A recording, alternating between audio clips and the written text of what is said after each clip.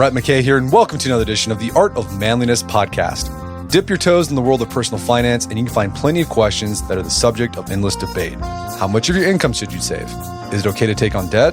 Which is better, renting a home or owning one? When it comes to the stock market, should you buy the dip? On his blog of Dollars and Data, my guest cuts through the personal finance noise by finding answers based on numbers rather than conjecture, and then converting this research into advice the average person can understand.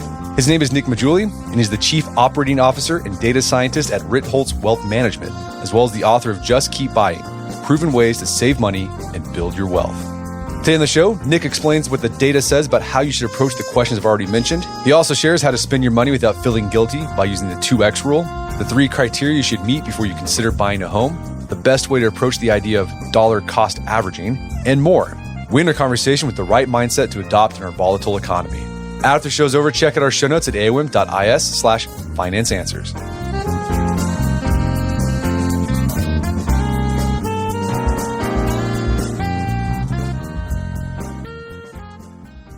All right, Nick Maggiulli, welcome to the show.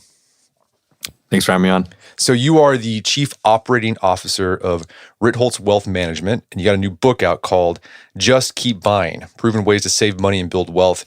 And this is where you just use a lot of data to show people how to manage or think about their money at different parts of their financial life. But you got an interesting background because you didn't start off your career in wealth management. How did you get involved with wealth management and personal finance? Yeah, so I originally started in litigation consulting, which is a little different from management consulting because it's like backward looking and very analytical, while management consulting is very forward looking, trying to improve a business, et cetera. But basically how I got into wealth management was I was like, hey, I'm going to start blogging. I like personal finance and investing. I'm going to start writing about it. In the beginning of 2017, it was like a side hustle type thing. I wasn't really making money on it at the beginning. And I met a lot of people through Twitters, through promoting the blog. And some of those people, I actually went out to a conference in late 2017, met some of these people in real life who actually had a wealth management firm. And that's how they kind of brought in leads, was through content marketing. And we hit it off really well. And, next thing you know, 6 months after that, mid 2018, I joined a wealth management firm, which I'm still at today, Ritholtz. So it's been a fun journey just doing that, how you can, take a side hustle and kind of now it's kind of my main hustle too. It's that they're both very correlated in that way. So it's been a very fun journey. Well, what's been your approach to financial writing? Because you have a blog, it's called Dollars and Data. So you use a lot of data. So what kind of data are you looking at to help just regular people inform their personal finance decisions?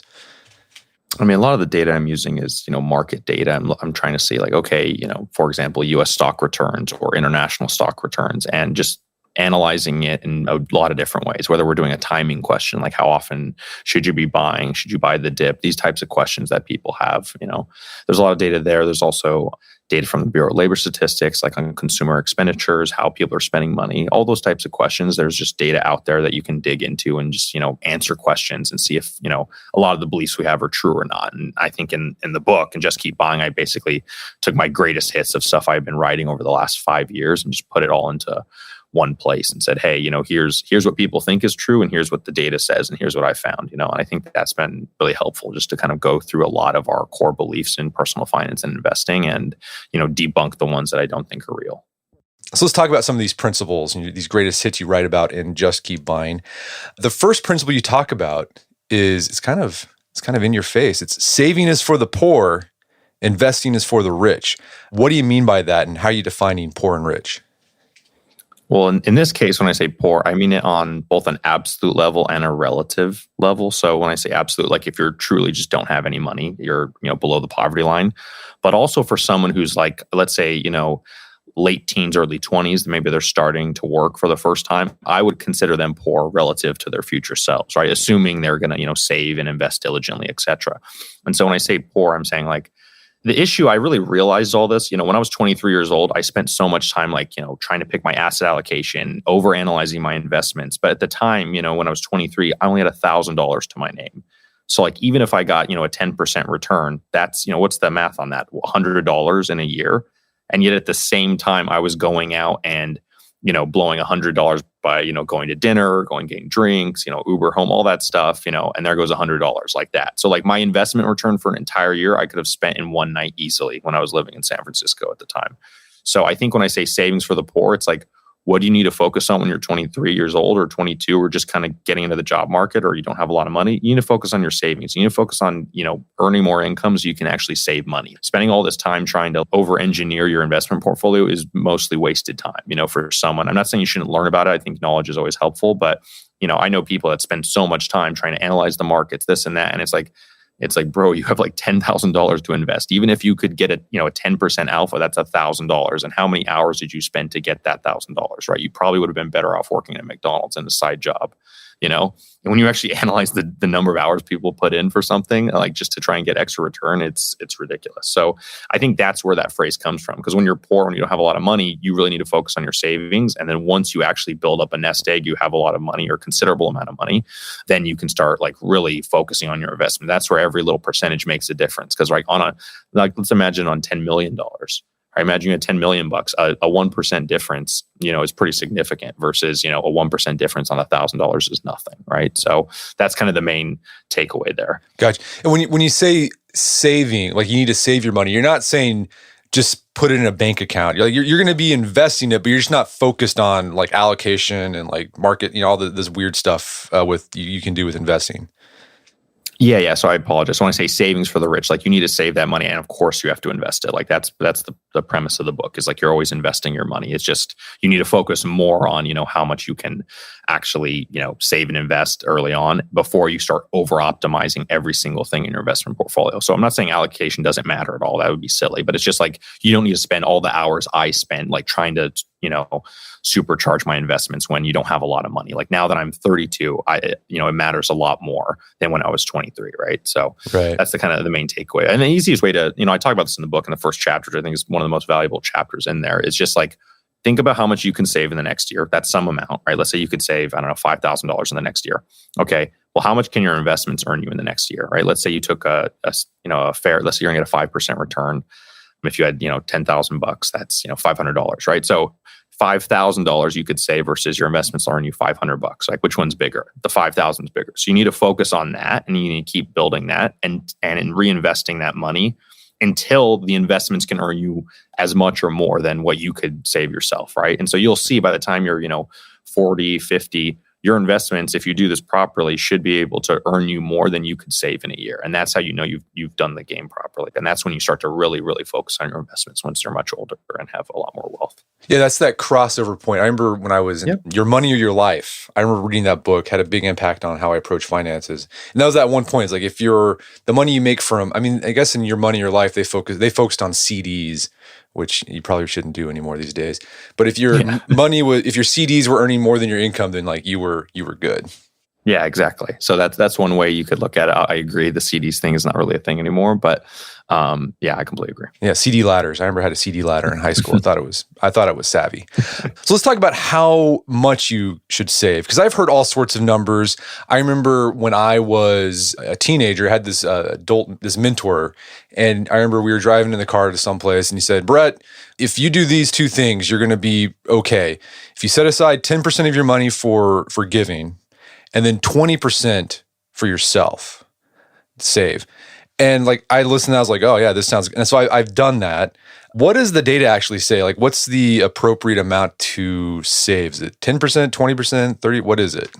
See, in the book, I don't really like giving specific answers to this because the issue is our incomes are a lot more variable today than they were when I think a lot of the savings advice was first created. You have to imagine, like, go back to like the 1950s. There's like a one income household, right? It's very stable, pension, a lot more stability. So saving was something that was just like, oh, I'll just save 10% of every paycheck or 20%. So that's why a lot of the savings rules kind of came out that way. But now today we usually have two income earners.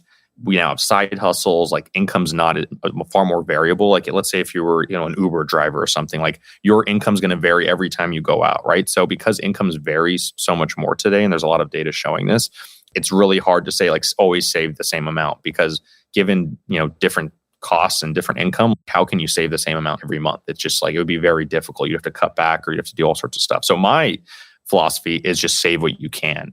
And so what that means is the real focus, you should really focus on just building your income over time and obviously spending, what you want to live a comfortable lifestyle. And then anything beyond that is what you save. Now, of course, you're like, well, Nick, I can just keep spending more and more and more. Of course you could do that. But the point isn't to like, lifestyle creep yourself into having no savings. It's just to be like, okay, I need this to like live my life and live comfortably. And then beyond that, you need to build your income.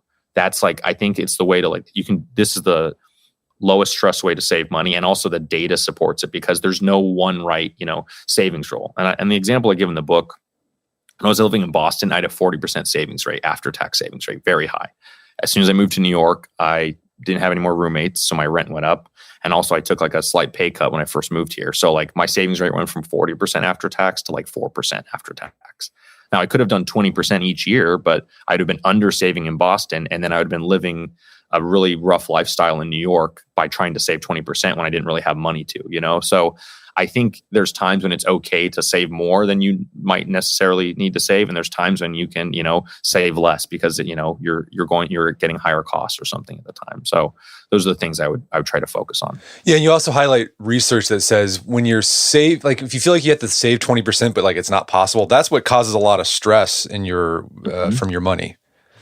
Yeah. And so some people say, well, just take that 20% out of your paycheck right away. And okay, you can do that, but that doesn't change the fact that like, what if you don't have money? Are you going to go into credit card debt now to do that? I mean, you see the problem. It doesn't work that way. Savings always have to, I know people say pay yourself first, but realistically, like you have to pay yourself last, like at the end, even though I agree that like pay yourself first is a better idea if you can live off the rest of the budget. But in the event where your costs are too high, or like, for example, inflation's going up, used to go and it used to cost X dollars to fill up your tank. Now it costs X times 10 or times 1.1, 10% higher. So it's like, what are you going to do? Well, I paid myself first and I don't have any extra money to fill up my tank now, right? You see the problem with that. Yeah. So that's why you have to save last. Okay. So save what you can. Don't stress out about it. Okay. I think that's really useful for a lot of people. So in the personal finance world, you see debate about which is the best way to build wealth. What are the two basic ways to do that? And which do you advocate emphasizing? If you're trying to save more, there's two options you really have. You either cut your spending, right? You spend less money, or you raise your income. Now, cutting your spending, the issue is just has limits. And I've looked into the data, as I talked about earlier about Bureau of Labor Statistics. There's something called the Consumer Expenditure Survey. And basically, if you look at the households in the bottom 20% or the bottom 40%, like there's just not much to cut. I'll say, here's how much they spend on rent. Here's how much they spend on food. Like, here's how much they spend on transportation. Like, where do you cut? And like, there's not a lot of money they're spending. They're not really spending that much. They're not being extravagant. So it's like they can't cut. Like, once you're at that level, there's just a minimum level of spending you need to have to just survive. So the only way out, the only way to kind of save more that's sustainable is to raise your income. And that's the data shows that. I mean, the most positively correlated thing with savings rate is income. Those with higher incomes have higher savings rate. Like, it's so clear in the data. It's been clear over time. We have like data going back to like to the 1930s that show even like people with more wealth tend to have higher savings rate. People with more income tend to have a higher savings rate. I know this seems very obvious. Like, you're like, oh, obviously, if I had way more income, I could save more. But like, then why is there's this huge contingent of people in the personal finance community still talking about cutting spending? Don't get me wrong, you can do that, but it's a short-term solution and it's not viable long-term. It's also far more stressful to always be thinking about every single dollar you're spending and beating yourself up. It's not a mentally healthy way to live. Yeah, I think the financial advice goes to that because it's easy, right? It's like easier to just be like, well, I'll just cut Netflix. I can do that right away and see a win, as opposed to like, well, how can I figure out how to make more money?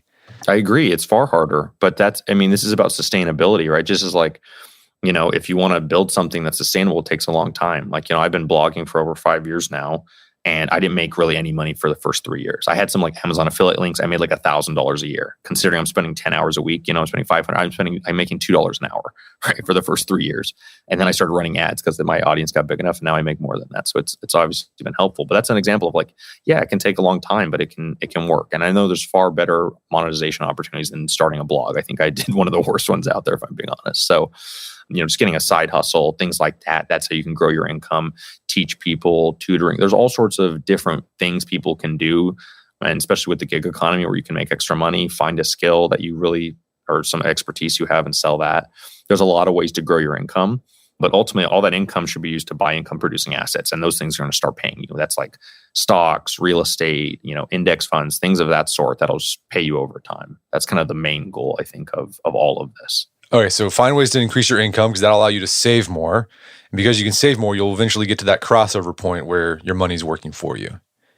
Yeah. Or it's always working for you from the very Right. beginning. But yeah, at some point it's going to be ideally, in a good year, let's imagine it like this, in a good year, your investment portfolio should earn you more than you could save in a year. Right. And you can imagine, let's go back to the $10 million person, right? They have $10 million. A 10% return is $1 million. Do you know anyone that could save $1 million after tax in a year? That's very, very difficult. You have to have a very, very high paying job to do that. Right. So, but getting to 10 million is obviously going to be difficult as well. But you see the problem once you have that wealth, or you see the issue once you have that wealth, it's much easier to build more wealth. So the key is to kind of get there and just build it over time. Yeah, this reminds me, we've had Ramit Sethi on the podcast, Mm-hmm. and he has this rubric I really like. It's like, instead of thinking about $5 questions, like think about $5,000 questions, right? Like figure out how you can like make $5,000 more by maybe, taking a side hustle or maybe asking for a raise, instead of thinking about, well, if I cut $5 a day from my spending, that's not going to give you very much. Yeah, completely. Right. And it's thinking about like the big things. And a lot of this is surprising too. When I first started the blog, I wasn't thinking about any $10,000 questions whatsoever. I was just writing and just doing it because I love it. So I think a lot of times you have to follow your interests, because like I can tell you, hey, go do this thing because it's going to make you more money. And like, unless you love it or you love the money so much, it's going to be really difficult to keep doing that thing, So that's what I would say is like, find something that really follow your interests. And if you can, find a way to kind of monetize that in some way, whether that's teaching people or selling a product or something like that, that's the way to go. And I think with the internet economy, it's so much easier today. Like even places like Gumroad, you can sell digital products to anybody, right? And obviously distribution is the hard part. How do you find people? But, that's why I use Twitter, Reddit, things like that can help, find people, that are like-minded that might like your products. Well, let's go back to this idea of, a lot of personal finance advice out there is about basically making you feel bad about spending money, right? Everyone's heard like the avocado toast meme that's been going on for a couple of years now. But you have a system that allows you to spend money on what you want, like what will give you fulfillment and meaning, while at the same time saving. So what is it? It's called the 2X rule. Like, can you walk us through the 2X rule? Yeah, so anytime you want to splurge on something, the 2X rule is basically just like, let's say you want to buy a nice pair of dress shoes, right? It's $400 pair of dress shoes. If you consider that a splurge, you would save $400 for the dress shoes, and then you'd save another $400, so $800 in total, 2X. And you take that other $400 and you can invest it in income producing assets, such as S&P 500 or international stocks or a REIT ETF, real estate investment trusts, things like that. That'll earn you income. So if you ever feel that guilt of splurging, this is a way to kind of offset that. And you don't have to just like invest. You can also donate that money too if you don't want to invest. So there's a lot of different ways you can do this. It's just a simple rule to kind of get over spending guilt, because a lot of times we guilt ourselves into spending on ourselves, which is kind of silly. I mean, that's why we work for this money anyways, right? We work so hard for it. Why not, spend it on ourselves at times? But because we guilt ourselves so much, I think that's a simple way to kind of get over that. But in addition, I think just people always talk about, I want to maximize my happiness. I don't think that's a decent rule, but I think a better rule is maximizing fulfillment. And I think the difference, a very simple example can show you the difference. I would say if you're like into like rock climbing or mountain climbing, things like that, like climbing Mount Everest is probably a very fulfilling experience. I would say it's probably not a happy experience. Like based on my understanding of those people that go up there and the oxygen deprivation, how physically difficult it is to do that. Like I would not say you're in a happy state while you're there, but I would say it's a fulfilling thing to go through that journey. So I think that's the thing to think about. Is like, what's going to fulfill me in the long run? And then spend money on those categories versus like, this is just going to bring me happiness, right? I think they can be correlated, but they're not always the same. I think just to figure those out, that's kind of the hard part. Yeah, I think it's another way you can find, okay, we've kind of been looking ways to like cut spending. But I think that's a useful rubric, just focus spending your money on the things that actually bring you fulfillment, and then cut spending on the stuff that like, man, it might give me a little happiness and fun momentarily, but it really doesn't do much for me in the long term. So like for me, I don't really spend a lot of money on clothes. That's like, I'm not a clothes hound. I'm not much of a foodie. So I'm not big into like restaurants, but like what I love to spend my money on is workout equipment and books. And I'm okay with that. But I'm sure another person might be, they love buying clothes and it gives them a lot of fulfillment. Well, okay, do that instead of spending money on, I don't know, workout equipment if that doesn't bring you joy. Yeah, I think that's another thing too, is we try and say, the data shows this. Like, the data is helpful for a lot of things, but there are times when it's just not going to be accurate. For example, you probably heard this before. It's like, people are much happier when they spend money on experiences over things. I generally agree that's true. But what happens if that's only true for like extroverts, let's say? And if extroverts are, they estimate, extroverts are somewhere between 50 and 70% of the population. So if that's true, and you ask most people, what are they going to like spending on? They're going to say extroverts are probably going to say experiences. But what about the introverts that are 30%? They may not like experiences much. They may like things like books or something else, right? I'm just coming up with categories. But you see the point. Like data is good. It's useful for like figuring something out and exploring. But you really, at the end of the day, have to define what experiences you want or what things you care about. And if that's like fancy watches or fancy cars or whatever, that's fine. I don't think you should let anyone guilt you for that if you truly enjoy them. I think it's just about figuring that out. That's the hard part, right? Figuring out what you want. Know thyself, right? This goes back to like the Greek ages. Right. Yeah. So like figure out, it's important to line up your spending with your psychological profile. Like that was another point you make in that chapter too. Yeah, of course. I mean, that's what I'm saying. Like there's certain people that, this, and we can kind of get into this later, but just like even with debt, like there's certain people that are so debt averse, they don't want any debt, like not even mortgage debt. So they'd rather rent forever. And if that's who you are, you just hate the feeling of having debt, then yeah, you got to make sure that your stuff matches, or your spending and your financial decisions match your personality. We're going to take a quick break for a word from our sponsors. And now back to the show. So something I think a lot of younger people are worried about today, they're in their 20s or their 30s and they think, man, I've got to save so much for retirement. People are living longer these days. I might have 30 or 40 years where I'm not working at all. Healthcare costs are going up. And so I'm afraid I'm not going to have enough money when I'm old.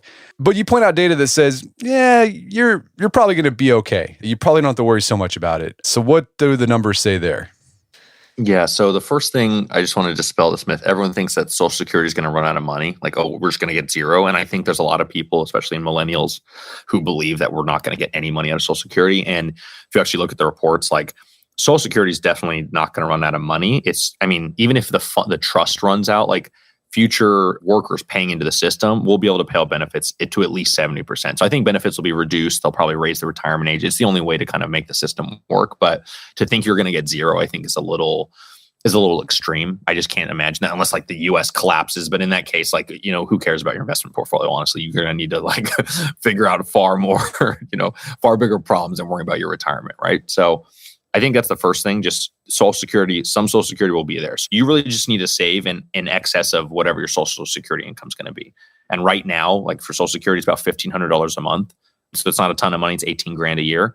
But still, $1,500 a month, that's not nothing. So let's assume that's indexed to inflation. Assume we get that. So then however much you're spending a month, you just need to save for that excess there.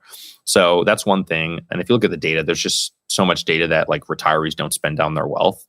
And so they end up dying with inheritances. So like the average inheritance of like someone in their 60s who dies is like 300,000, and someone in their 70s it's higher, and someone in their 80s it's higher, right? It just keeps going up generally over time. And that was kind of shocking for me because I'm like, oh, you'd think people are spending down their assets, right? They're going to run out of money. It's like, it doesn't always happen. Of course, it happens to some people, but most retirees end up dying with some wealth, right? And so I think that's something to kind of keep in mind there is like people like, oh, I'm going to probably run out of money. It's like, you probably won't because you won't even let yourself. That's the thing too, is psychologically, a lot of people will just end up not selling down their principal. Only 1 in 7 retirees sells down their principal in a given year, which is kind of shocking. Most of them just live off their investment. So if you have a $100,000 portfolio and let's say it's getting you 10% a year, most will just take that 10,000 plus their Social Security income and they're good. And they won't even touch the 100,000. It'll just stay there at 100 every single year, basically. So that's kind of the way to think about it. But that's kind of, what I've seen in the data. And that's why I don't think people need to worry as much about how much they're saving for retirement. Gotcha. Well, let's talk about debt. So you mentioned, some people, they're just very debt averse. But what does the data say? Is all debt bad? Like, and if it's not, like, when is debt okay? Well, I mean, debt isn't good or bad. It's how you use it, right? And there's certain circumstances. I mean, I think the main principle I have around debt is like the people that are best served to use debt are people who don't need it, which is kind of shocking. Like if you think I can give some extreme examples, but I think they illustrate the point. You'd say like, Elon Musk, at one point was the richest man in the world. Maybe he still is now. I don't know. I don't check it every day or whatever. But when he's the richest man in the world, why would Elon Musk have debt? It's like, that seems so crazy. He has all this money. Why would he need to borrow? Well, he didn't want to sell his Tesla shares. So he basically used them as collateral and then borrowed from a bank. So in case something happened and he couldn't make a payment on his debt, he could just give them some of his Tesla shares that he had as collateral. So that's an example where he probably got a very, very low interest rate from a bank. And he was able to, as a result of that, not sell his Tesla shares, which are likely appreciating faster than his interest rate. And so because of all that type of stuff, he didn't need debt, but he took it and used it properly. And I think that's the same thing. Like there's a great book out there called The Value of Debt in Building Wealth. And that really kind of changed my worldview on looking at debt. Now, of course, there are certain types of debt which aren't favorable. Generally, credit card debt, I don't agree people should have it. But there are cases where if you're in a jam and you really don't have a lot of cash, that maybe you need to use that to like get out of it. But as long as you know you're going to try and find ways to increase your income or maybe cut spending to get out of that hole, that's important. I don't want people to be spending frivolously, but like there are cases where to be made to use credit card debt. And I give an example in the book of these people who are called borrower savers. For example, they might have a $500 credit card bill and $1,000 on their bank account. You're saying, well, that makes no sense, Nick. Why wouldn't they just pay off the $500 and just have $500 in cash right in their bank, right, and have no credit card debt? Well, the issue is if they do that, they may not have enough liquidity, to take care of an expense that may be $800, right, that they need to pay right now, and they can't pay with the credit card, right? So that's an example where someone may have just extra liquidity and they need the liquidity, and so they're using a credit card to pay for that liquidity, so to speak. So overall, I would say, the times to use debt is when you can earn a higher return than what you're borrowing at. That's obvious in cases like, if you can business or maybe student loans, depending on what you're going into. I think that really matters in terms of how it's going to affect your lifetime earnings. But in addition to that, like mortgage debt, I think is most people are okay with it. It doesn't affect them psychologically. Of all the types of debt out there, that debt really has the lowest psychological stress profile. So if you have mortgage debt, most people don't really worry about or stay up at night. Oh my gosh, my mortgage. They don't really worry about that. There are some that would, but most people don't. So that's just something to keep in mind. What kind of debt keeps people up at night? Do we have any research on that? It's usually financial debt. So credit card debt that's owed to like friends and family, things like that, like personal debt that you take from people, because it's harming your social capital. And I think people really are very cognizant of their place in the social and, the social hierarchy and all that. So that's the type of debt you want to try to avoid that really does eat people up. Generally, debt of like mortgage doesn't. Yeah. So it's any type of non-mortgage debt, it can affect people. I don't know how student loans, I actually don't know the data on student loans in particular, but I just know like financial debt, particularly credit card debt, does stress people out because the rates are so high, right? Yeah. And imagine if you take a loan from the mob, that'll also keep you up at night. Yeah, of course. Yeah, exactly. Those loan sharks will get you for sure. Right. Well, as you mentioned mortgage, let's talk about one of the biggest financial decisions that a lot of people make, and that's whether to buy a home or not. And this is another topic in the personal finance world where the debate gets heated. You see different opinions. So, I mean, what is your take? What does the data say about buying or renting? Yeah, so I think if this is the two topics I dislike writing the most about are this topic here about real estate buying versus renting and taxes. And the reason why is because I'm trying to give general advice for something that's so individual and like specific to a specific region or area or person, right? Like in the case of taxes, if you're single or married, that changes things, right? How many kids you have? Do you have kids? That changes things. All sorts of, where's your income coming from? That changes what's the optimal decision profile, right? The same thing's true with buying versus renting. So I do have some general principles I follow, but I think overall, I think it's more of a personal decision and less of a financial decision. And so I know we want to talk about all the financial levers and all that, but I think mostly it's more of a personal decision. Is like, are you ready to do this? And I give three basic like criteria I think you need to hit in order for you to consider owning versus renting. And the first one is I think you need to be there for at least 10 years. And the reason I say that is transaction costs tend to be, on average around 6%, including everything, if you have to pay a realtor, closing costs, any of that type of stuff. When you add all that up, it's usually about 6% of the price of the home. And, the real return on housing since like, I don't know, the early 1900s is something like 0.6% a year. It's been much higher than that recently, but just for most of history, homes have gone up by, 0.6% a year. So 10 times 0.6 is 6%. That's how you negate the transaction cost. So if you're there for 10 years, the transaction cost should be negated out on average.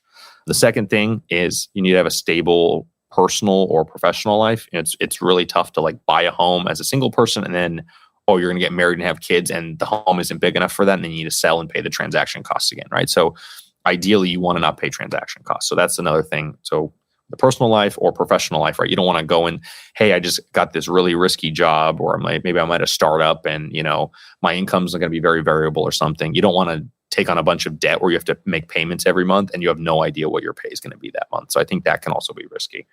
And lastly, you have to be able to afford it. And what does afford it mean? We can go back and forth on that. But I think, what they consider a qualified mortgage is a debt to income ratio that's less than 43%. So if your monthly debt, let's say you make income of $5,000 a month and your payment, that's gross income, and your mortgage payment's $2,000 a month, that's 40%, right? 2,000 over 5,000 is 40%. So as long as it's below 43, it's qualified. So those are the three things, be there 10 years, stable, professional and personal life, and, you can afford it, that's obviously harder to solve for, but there are ways you can look at that. And I think if those things are there, then you should own over renting. Otherwise, I would say, hey, maybe consider renting a little longer. Right. I don't know. Tell me about this approach that I've had towards owning a home. So I know a lot of people think about buying a home as an investment. It's like, well, this is going to be a store of wealth.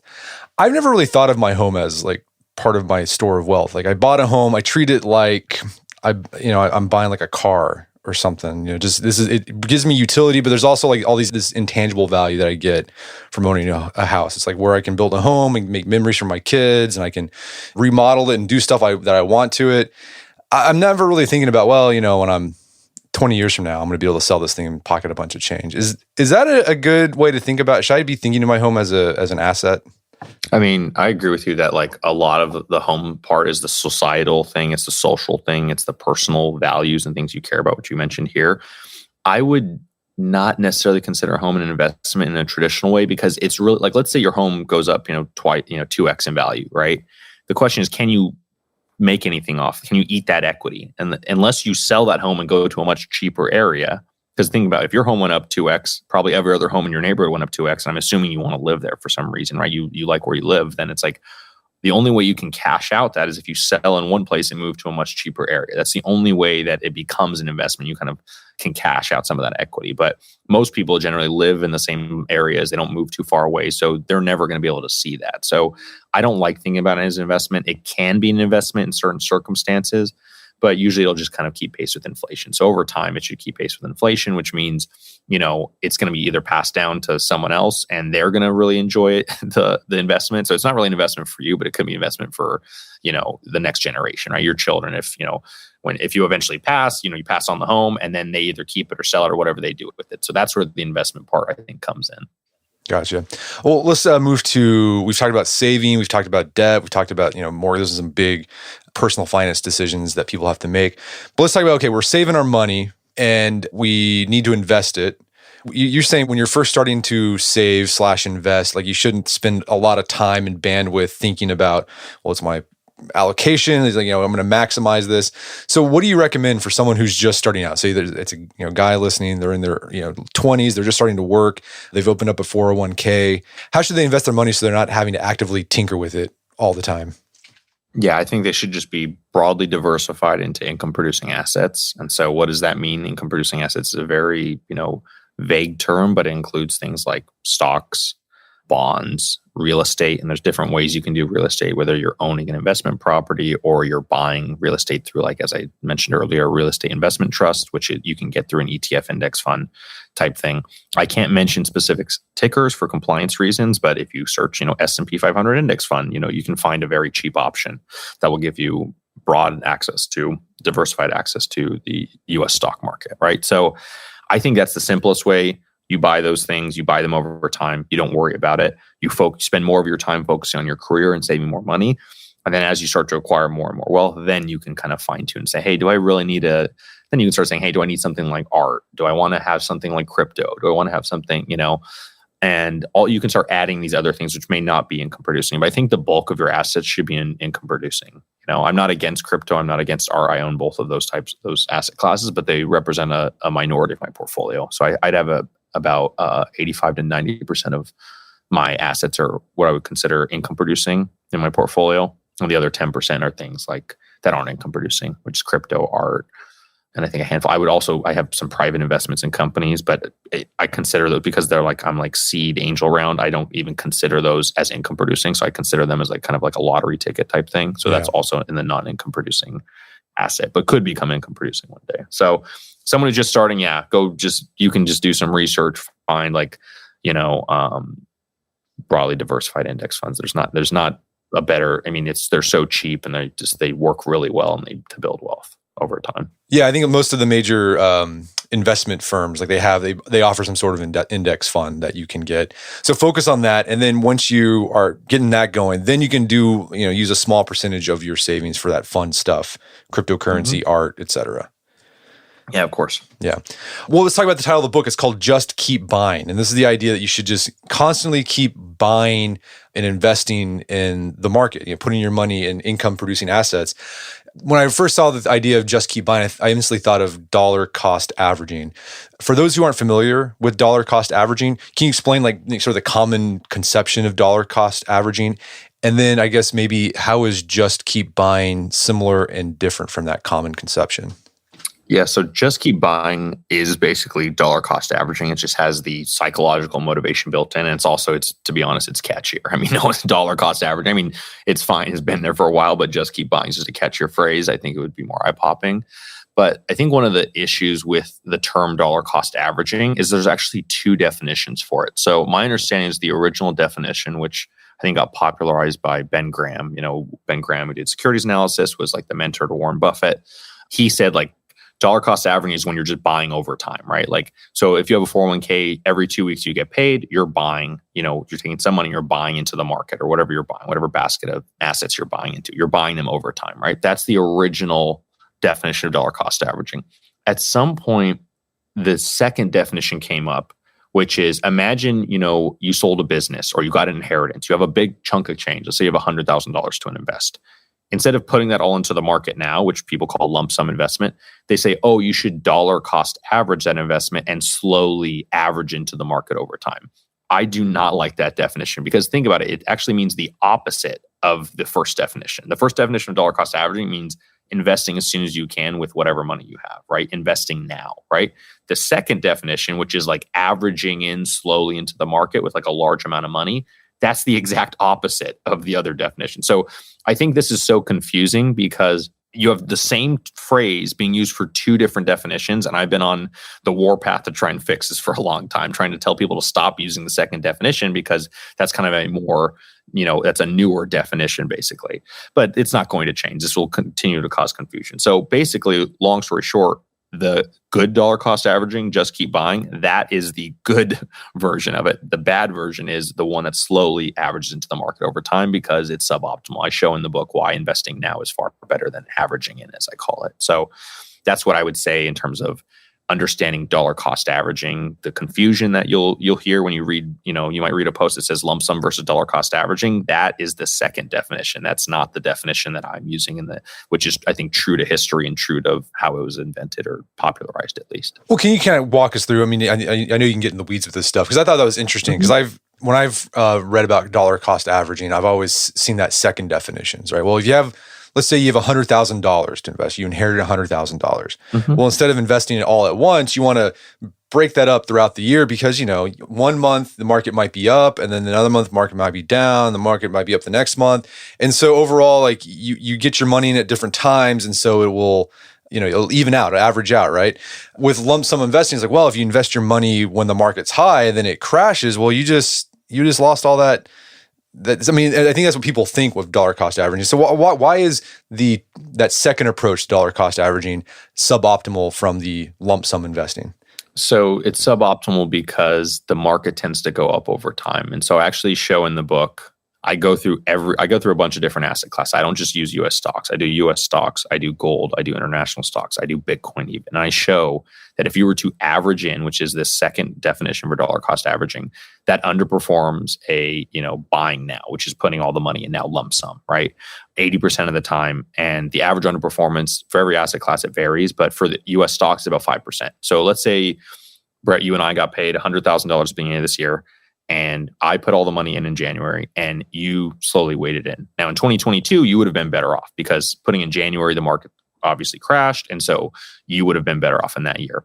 But now what if we'd done that in 2021 or 2020 or 2019 or 2018? And every single year before that, basically, anyone who put all the money at the beginning of the year would have won out. And so if you actually run that throughout history, run this experiment across every year in history, 80% of the time you're better off by investing now. And just think about the premise of investing. The reason you invest is because you want these assets to appreciate and go up, right? It's kind of counterintuitive. It seems so silly to me to think oh, I'm investing because I want this money to grow, but I'm also slowly investing because I think it's going to crash. Like, it doesn't really make sense. Like, the premise of investing is you think the market's going to go up, and it generally does go up, right? And so because of that increase, you're generally better off putting the money in now. Now, of course, in the small cases, in the handful of cases, 20% of the time when the market declines, right after you put it in, that's unfortunate. But there's also a psychological component here, which is like the only time when averaging in, or this second form of dollar cost averaging, outperforms lump sum is when the market's falling. And that's the exact time when you're least enthusiastic to put money to work, right? So imagine, let's go back to February 2020, market's starting to crash. Let's say you had $100,000 to invest. I would have lump summed it. Someone else would have said, hey, I'm going to start putting it in. They start putting it in February 2020. March 2020 comes around, the market's even lower. They may get scared and say, you know what, I'm going to wait until the dust settles, right? Next thing you know, the market, within 6 months, the market's back at all-time highs. So it's one of those things where it's very easy to say this in a vacuum, but the only time that averaging in beats like a lump sum investment is when the market's crashing. And that's the time when you're not going to want to do it. I mean, as simple as that. So I don't think the data's there, and I don't think the psychological motivation's there either. So I say just lump sum and let the chips fall where they may. And I think some people might think, well, I'm going to lump sum, but I'm going to wait until like the market goes down. I'm going to buy the dip. Yes. Why is buying the dip a fool's game? With most income producing assets, it's a fool's game because it's the same argument I just made. They tend to go up over time. So the issue is when you wait to buy a dip, you're like, hey, I'm going to wait for a big dip. By the time that dip comes, the dip value is usually higher than where you could have originally purchased. And I'll give you an example. I remember I actually wrote the blog post called Just Keep Buying back in April 2017. 5 years later, the book came out. That was coincidental by chance. Anyways, I wrote this post and people were like, oh, the markets are too expensive. Back in April, 2017, people were saying markets are too expensive. I'm waiting until there's a crash. Let's say they waited and waited and waited. The big crash they got was in March 2020. That would have happened. But even if they had bought on the exact bottom, which of course is impossible to time, but let's say they bought on the exact day of the bottom, they still would have bought at prices that were 7% higher than if they had just bought back in April 2017. So it's a perfect example showing you like, you think you're a genius, like, oh, I just bought this dip, I got this big discount, but like you don't see all the mistakes you made by not buying previously. And so that's a very extreme example. I literally took the bottom, which is like impossible to time, but let's say you did time it and I took this period, 3 or 4 years prior, and I show like, even if you had done that, you'd been better off just buying over time, right? So that's why buying the dip's a fool's errand, because most of the time the dip is still higher than where you could have bought originally, most of the time. Right. Of course, there are exceptions to this rule, like Great Depression's a great example, but it just, those big dips are rare. They don't happen that often and they're so rare. Because of that, they're not that profitable. So you have to get lucky. Really, the only time buying the dip works is when you get really lucky. That's it, Well, I mean, here's the question I have. Maybe this would be a great one to end on. So, I mean, right now, I'm feeling confused about like what to do, like, what's going on with the economy. Like there's inflation and then like the market's volatile and then like, people might be, well, should I buy a house now because, prices are expensive, but I've heard they're crashing. And so you hear all these contradictory advice on how to manage your money in this situation. I mean, how are you thinking about it? Like for someone who's like confused, they're reading all this stuff, like, man, should I spend my money now because inflation might decrease the value of the money in my bank account? Any advice for people who are feeling confused about what to do with their money in our current situation? I mean, there's this great phrase that goes, history doesn't always repeat, but it often rhymes. And I think by, understanding that this kind of stuff has happened before, I mean, I think the 70s is a great example of this. It's not exactly the same, but it's very similar. And just understanding that like we've kind of gone through these types of periods before and we're going to get through it and things will return to some normal, maybe not exactly 2% inflation in what we had in the 2010s, but maybe, a lower inflation level, far more stability, things like that. I don't know when that will happen. That may take a decade. It may take multiple decades, but these type of things will happen and they'll pass. So I think the thing to realize is just like the more history you know, the more comfortable you feel with what happens in the present, because these types of things, as I said, they don't repeat, but they rhyme in a lot of ways. And so you'll see people tend to, human behavior hasn't changed that much. Even though, all the inputs are changing, human behavior is pretty stable. So how people react to things has been stable over time. So I would say, keep doing what you're doing, obviously assuming, you're saving money, you're investing, all that type of stuff, and stay the course, right? That's the most important thing. You don't want to start panicking, making a bunch of changes here and, cause yourself to go off course. That's what's most important. And then if you're not where you want to be, find ways to say, okay, what can I do over the next year, 3 years, 5 years, 10 years to kind of start moving in that direction, right? And thinking about planning that out, and it's not easy to do. Like, I don't say to perfectly plan your life. It's very difficult to plan your life. Just, do what you can and see what happens. Fantastic. Well, Nick, this has been a great conversation. Where can people go to learn more about the book and your work? Yes, you can find my book, Just Keep Buying, at Amazon.com. My website is ofdollars&data.com. And also, if you want to DM me on Twitter, my handle is @dollarsandData, all lowercase. And on Instagram, it's @Nick Maggiulli. I try to answer every DM I get, so feel free to send one if you have any questions or anything like that. Thank you. All right. Well, Nick Maggiulli, thanks for your time. It's been a pleasure. Appreciate it, Brett. Thanks. My guest today was Nick Maggiulli. He's the author of the book, Just Keep Buying. It's available on Amazon.com and bookstores everywhere. You can find more information about his work at his website, ofdollarsandData.com. Also, check out our show notes at aom.is/financeanswers, where you can find links to resources where we delve deeper into this topic.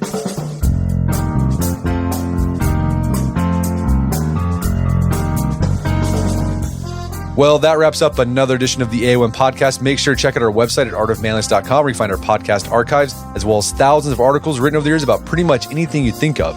And if you'd like to enjoy ad-free episodes of the AOM podcast, you can do so on Stitcher Premium. Head over to StitcherPremium.com, sign up, use code Manliness at checkout for a free month trial. Once you're signed up, download the Stitcher app on Android or iOS, and you can start enjoying ad-free episodes of the AOM podcast. And if you haven't done so already, I'd appreciate if you take 1 minute to give us a review on Apple Podcasts or Spotify. It helps out a lot. And if you've done that already, thank you. Please consider sharing the show with a friend or family member who you think would get something out of it. As always, thank you for the continued support. Until next time, this is Brett McKay. Remind you to listen to the AOM podcast, but put what you've heard into action.